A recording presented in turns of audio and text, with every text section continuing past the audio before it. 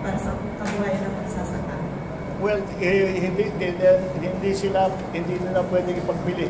At hindi nila naman gusto ipagbili yan. Ang naging lesson ng unang pagpasok ng agrarian reform, hindi sapat na magbibigay ka ng titulo. Kasi wala naman siyang hindi siya marunong mangutang. Wala siyang pang production loan, hindi siya marunong kumuha. Walang perang bumili ng binhi, walang perang pambili ng fertilizer, ng lahat ng inputs. Kaya naman sinasabi, balik na lang natin doon sa dating may-ari. Doon balik tayo sa dating sistema. Kaya naman, ang programa ng DAR ay hindi lamang nagbibigay ng titulo. Natuto na tayo. Kung titignan ninyo, ang programa patuloy ang suporta. Suporta sa pamamagitan ng mga makinarya, suporta sa pamamagitan ng technical services, suporta sa pag-monitor, at lahat ng support services ay gagawin pa rin ng Department of Agrarian Reform para sa mga beneficiaries. Kasama na dyan, siyempre, ang DA. Maraming programa ang DA para maging successful, maging matagumpay naman ang pagsasaka nila ng kanilang bagong lupa na may hawak na sila ngayon na titulo.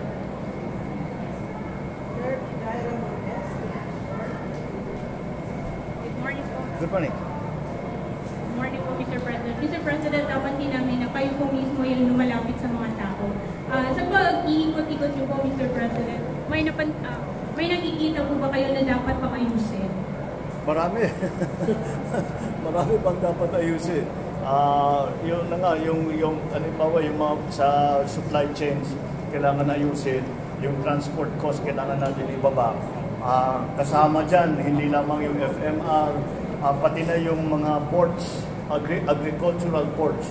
Kasi napakamahal at saka yung mga cold storage, yung mga para hindi naman masira yung isda, hindi masira yung mga ibang produkto na inaanin ng ating mga inaanin ng ating mga magsasaka.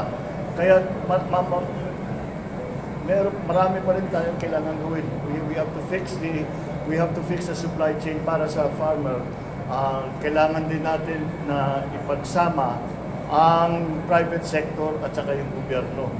Kasi ang private sector, yung contract farming, maganda rin yun pagkaroon ng contract farming.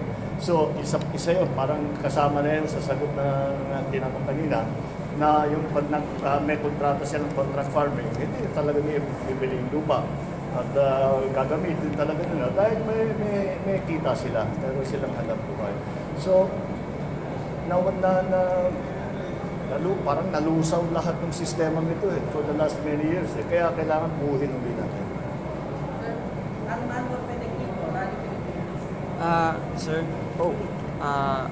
unahin ko muna si Secretary Estrella. Sir, gano'n tayo are we sure na matatapos natin ang pamamahagi ng lupa before the end of term ni President Marcos?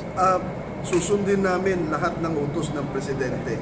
At sa tingin ko, dahil iba ito kasi itong programang ito talagang nandyan sa likod namin ng ating Pangulo.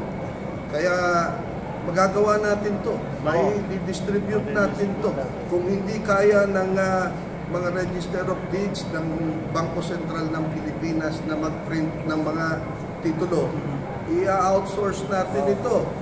Basta kailangan bago bumaba ang ating Pangulo, yung utos niya. Gusto ko yung 1 milyon na titulo, may pamahagi lahat yan bago tayo bumaba. Kaya lalim na ng mata ko. Hindi na ako nakakatulog. Hindi na bali. Pagkatapos, pwede na saka tayo pwede magpahinga. Pero saka na yan. Talagang pipilitin natin. Siyempre, ang ambisyon ko talaga, matapos sa term ko. Pero, hindi ito titigil hanggang talaga matapos lahat ng beneficiary na qualified, mabibigyan ng titulo. Kahit na wala na ako, titiyakin natin na magpatuloy pa rin ang programa na pagbigay ng titulo.